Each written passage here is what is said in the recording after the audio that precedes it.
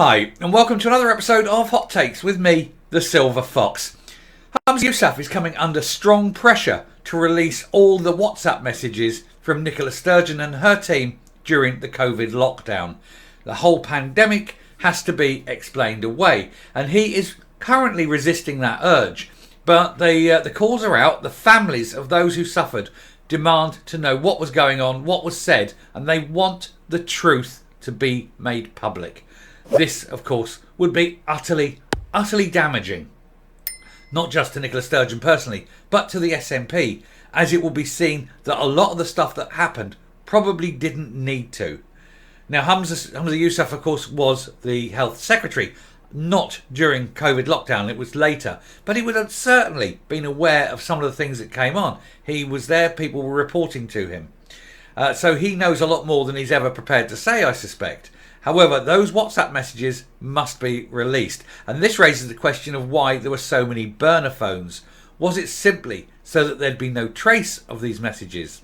If that's the case, then that is a criminal act in office. So we'll have a look at this article to see what's going on, who wants these messages, why, and why they haven't been released. Here goes. So grieving families demand that Humza Yousaf hands over Nicola Sturgeon's pandemic messages.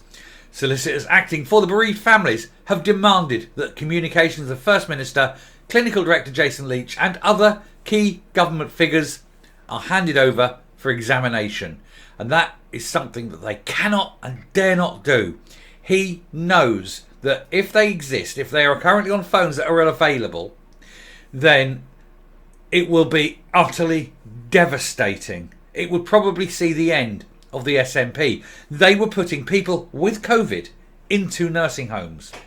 They were spreading the disease. People undoubtedly died as a result of government policy. They know that if that's the case, then manslaughter charges could be brought. It is that serious, and that is why he will fight tooth and nail to not hand these over. But anyway, solicitors acting for the bereaved families have demanded that the communications of his predecessor, Nicola Sturgeon, Clinical Director Jason Leach and other key government figures are handed over. The messages of disgraced former Chief Medical Officer Catherine Calderwood, who had to quit early in the pandemic over the travel to a second home, are also wanted.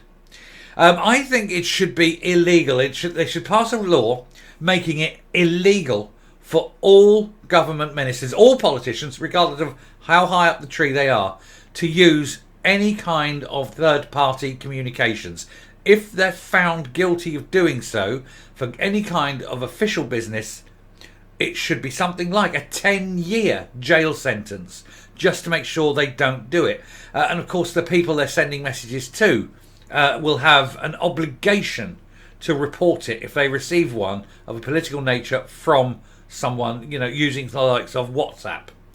It should all go through official channels so that all communications between ministers, between MPs, anyone can be recorded.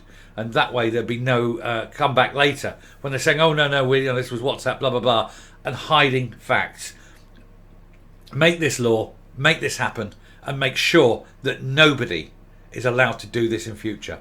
That's why there were so many burner phones, of course. This comes after Rishi Sunak launched an unprecedented legal battle to avoid having to disclose the unredacted WhatsApps to a UK inquiry. More on that later. My very next video will be about that because the Rishi Sunak one, it's bigger than people think. Anyway, the Scottish Government last night refused to confirm whether it released a similar cache of messages from personal accounts and would only state information was being provided wherever possible. It's entirely possible. You go, you get their phone, you extract it and you do it. And you tell them if they don't, then they have to answer to a court of law. This needs to go out to court and they must be handed a do not destroy, junction. And if it's proved that they have, then they have got to go to jail. And you've got to make this a serious threat of a long-term jail sentence. There's no point giving them 3 weeks disbarment from Parliament for it. It needs to be a 10-year jail sentence. That is the only way you're going to stop these people doing it, because none of them would ever handle a 10-year jail sentence.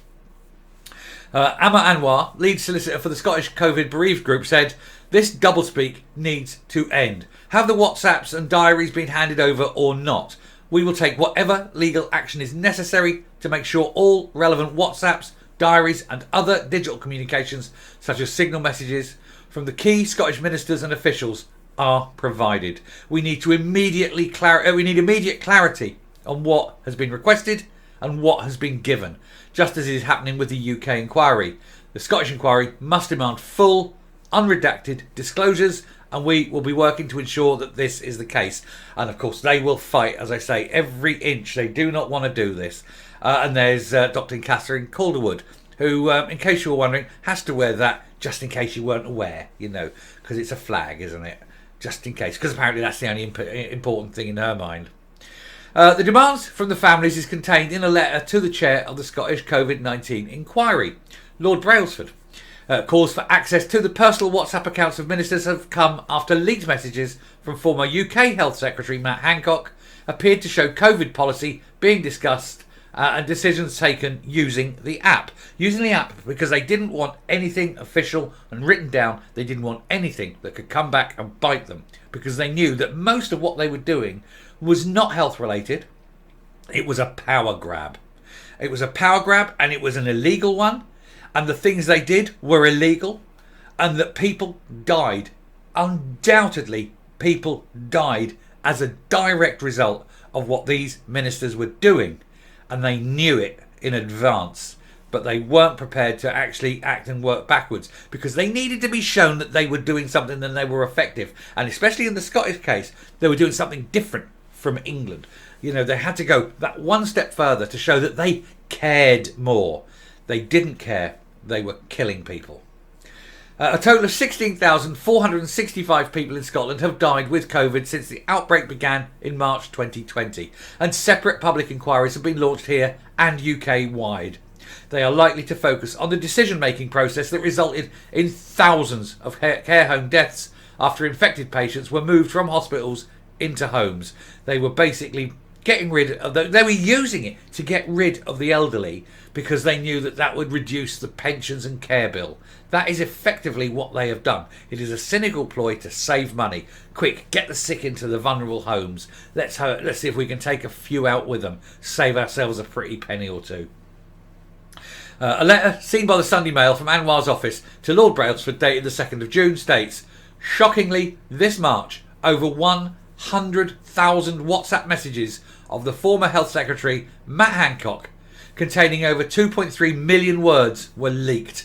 If what is contained within those texts is correct, it shows that ministers at the very highest level were making decisions on handling the pandemic via WhatsApp, not going through official channels, not having it recorded, not having any input from experts, just simply private little conversations, dirty little conversations by grubby little men with their secrets."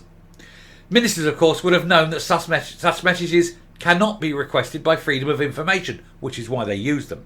On that basis, you can confirm whether full disclosure on the same terms requested of Mr Johnson, Mr Hancock and others has also been requested from the former First Minister Nicola Sturgeon, John Swinney, Jean Freeman and other relevant Scottish ministers, as well as health officials such as Catherine Calderwood, Jason Leach and Gregor Smith, who had key roles.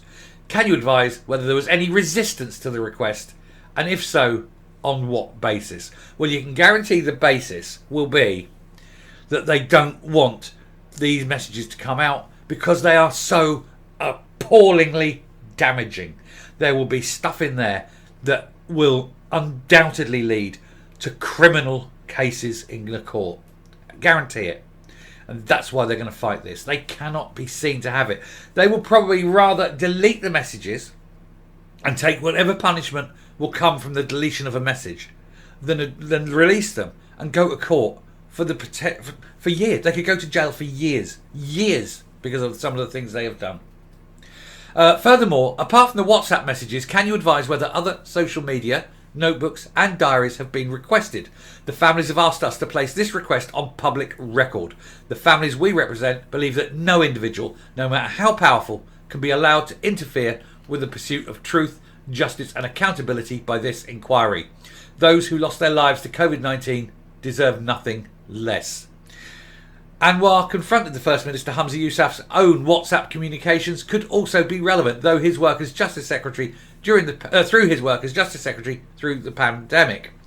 Scottish Labour Health spokesperson Jackie Bailey said, "Grieving families deserves answers about what went so tragically wrong during the pandemic, and those in charge at the time owe them real transparency." This is the SNP. If you think you're getting anything close to the truth or transparency, you have another thing coming. There is no way that these people will release these. They would rather burn their phones than release them, because they know that it would just end the SNP. This is what's going to end the SNP. Their planned reduction in old people's lives. Basically, let's get them all in there. Let's wipe out an entire generation, because then we can save money on the pensions, we can save money on the care home costs, because we have got it all so badly wrong. And there she is, the chief architect of the utter destruction of what's happened. She knew everything. She hails herself as virtuous and caring. She needs to go to jail. The Scottish Government cannot break their promise to cooperate fully with a COVID inquiry. Any attempt to withhold information or cover their tracks will be a betrayal of the same people they failed during the pandemic. Scottish Lib Dem leader and health spokesman Alex Cole-Hamilton called on Yousaf to release the material. He said transparency and openness must be at the heart of Scotland's COVID inquiry, and the Scottish Government must do everything in its power to comply with those guiding principles, because families need answers. She will have a sphincter moment like that if they get released. She knows. She knows what she's done. She knows what she's written down. She knows what she's sent out. And she did it via WhatsApp because she daren't do it through official channels, because official channels can be released. She will be desperately hoping that nobody has got those WhatsApp messages. She'll have got rid of that phone a long time ago. She'll have been using that on the burner phones, and she'll have got rid of that. And she's hoping desperately that nobody that she sent that to has still got their phone records. Because if that comes out, she's done. She's done. She's done as in going to jail done. And it wouldn't come a minute too soon.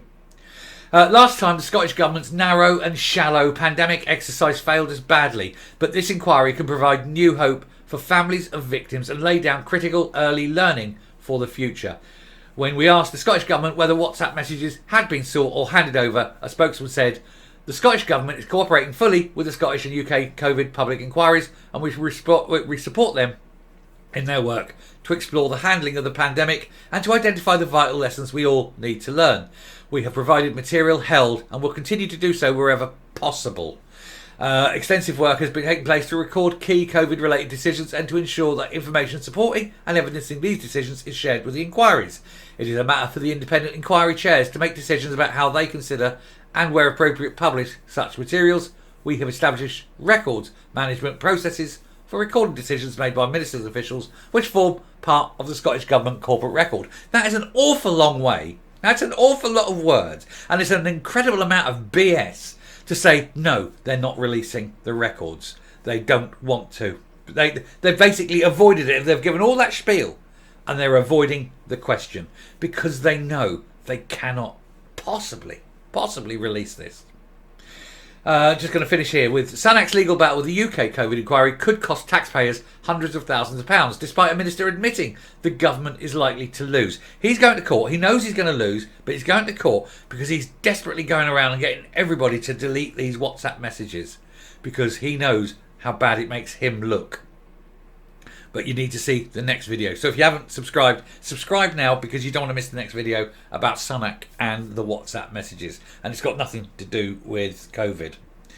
Anyway, he's launched this review. He wants to make sure that there's no COVID messages released as well. But there you go. You've got this terrible record from this terrible government, and they're desperately trying to cover it up because they know if it comes out, they're screwed royally.